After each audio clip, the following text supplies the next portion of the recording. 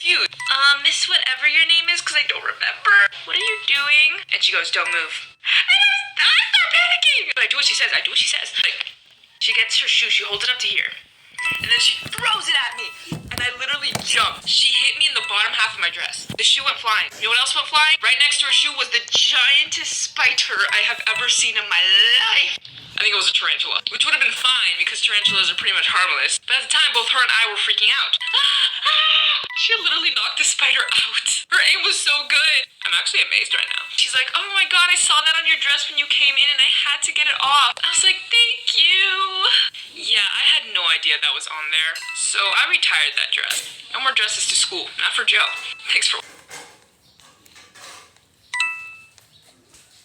Story time. My boyfriend wouldn't let me break up with him, so I cheated on him with his best friend. So we're gonna call my boyfriend Jay and his best friend Mike. Well, I met these two boys through my best friend, and I really liked Mike. Mike and I would talk all the time. We would FaceTime 24/7, but whenever the subject of dating came up, he said that he couldn't because his best friend really liked me. So he was trying to set me up with Jay, but not really because he really liked me. So I was like, okay, fine, whatever. I'll date Jay for a little bit and then I'll break up with him. Worst mistake of my fucking life. Every time I would try to break up with this kid, he would be like, I'm gonna kill myself now. And he would send me videos with him holding up a knife to his neck, cutting his arms whenever I would say we're breaking up. So pretty much I was forced into that relationship. He was manipulative as fuck. It was just not a good situation. Well, the one day Jay was like, oh, do you want to come over Mike's house with me? And of course I said yeah, because I literally was still in love with Mike, his best friend. And my parents were super strict, so I had to sneak over there, like for part 2 of how my boyfriend wouldn't let me break up with him, so I cheated on him with his best friend. For the new people, Mike is the best friend and Jay is the guy who I was dating. Anyway, so we get to Mike's house, right? And we're all hanging out, and I was giving Mike a little bit more attention than I was giving Jay. Because obviously, I wasn't interested in Jay. So Jay decided to act like he was pissed off at me, right? And he walks out of the house, right? To see if I would chase after him. Like, obviously I'm not going to. So Mike and I are sitting there watching him walk down the street because he said he was going home. So Mike and I were sitting on the couch and we started making out. And then we heard the fucking front door open. And Jay's like, I can't believe you didn't come and talk to me after that, blah, blah, blah. What is this relationship? So then Mike steps in and he's like, yo, you need to drop her. She just tried to make out with me, blah, blah, blah. And I sat there and I was like, yeah, it's true. So Jay starts bawling his eyes out and goes to the fucking kitchen to grab a knife. So after that, Mike called the cops on him, and Mike and I are finally dating now. So one day in about 5th grade, I'm pretty sure, it was around Christmas time, and we had this thing where we do Secret Santa. If you don't know what Secret Santa is, I do not have enough time to explain it in this video, so you can go search it up. And we all had to get a turn to go to the Eagle Elf shop.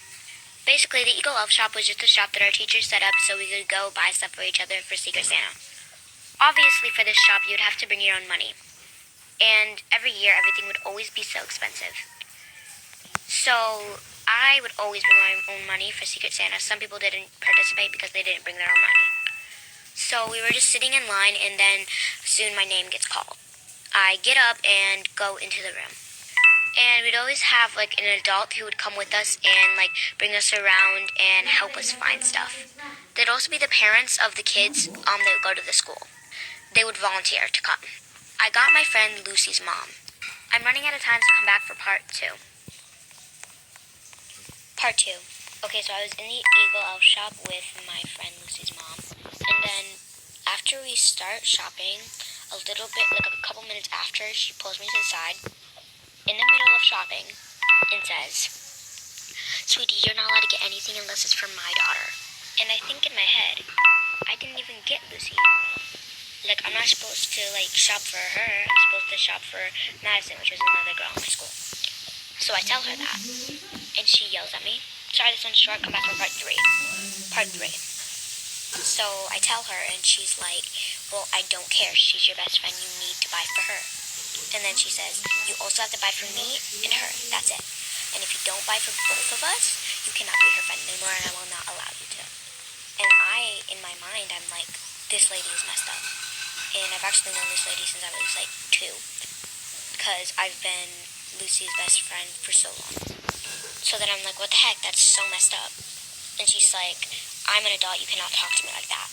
Then she grabs my money and says, you cannot have this unless you use it for me and my daughter. So basically, I snatch it back and say, fine, I won't be Lucy's friend anymore.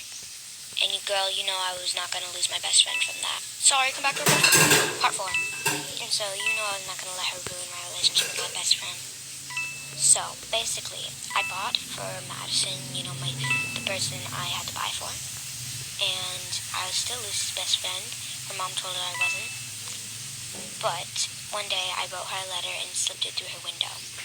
Cause, girl, you know I know where she lives. And it said, I'm still your best friend. You know, your mom was just trying to ruin our relationship. And I told her the whole Secret Santa story. And also, every single day, I would sneak in through her window and come, like, hang out with her, you know. So one day, I came to hang out with her, and here's when it all went wrong. Lucy's mom was walking up the stairs. We couldn't hear her because we were jamming to music, you know. And she opened the door, and she seen me sitting with Lucy. And you know, I wasn't supposed to be her friend. And here's when her mom became completely psycho. Sorry to do this, but come back for part 5. Part 4. And so, you know I was not going to let her ruin my relationship with my best friend. So, basically, I bought for Madison, you know, the person I had to buy for. And I was still Lucy's best friend. Her mom told her I wasn't. But one day, I wrote her a letter and slipped it through her window. Cause, girl, you know I know where she lives. And it said, I'm still your best friend. You know, your mom was just trying to ruin our relationship. And I told her the whole Secret Santa story. And also, every single day, I would sneak in through her window and come, like, hang out with her, you know. So one day, I came to hang out with her, and here's when it all went wrong. Lucy's mom was walking up the stairs. We couldn't hear her because we were jamming to music, you know. And she opened the door, and she seen me sitting with Lucy. And you know, I wasn't supposed to be her friend. And here's when her mom became completely psycho. Sorry to do this, but come back for part 5. I know you're not gonna expect what's happening next. This is when she became a complete psychopath. So when she came up the stairs, she was making my friend Lucy lunch. And you know, we didn't hear her because we were jamming to music. She came up, and when she seen me hanging out with Lucy, whoa. So basically, she brought up steak for Lucy's lunch. And so there was a knife, a steak knife, and a fork.